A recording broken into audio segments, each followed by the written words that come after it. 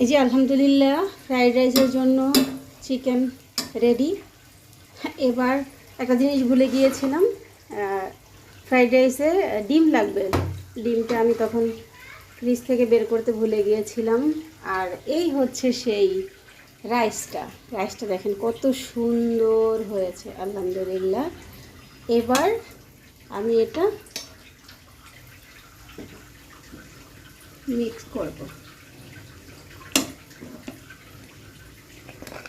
বিসমিল্লাহ।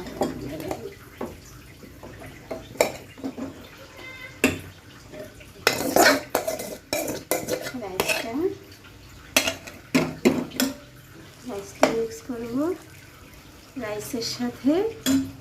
এই যে সেই ডিম দিয়ে দিলাম। এখন দিব এই যে চিকেন পাউডার।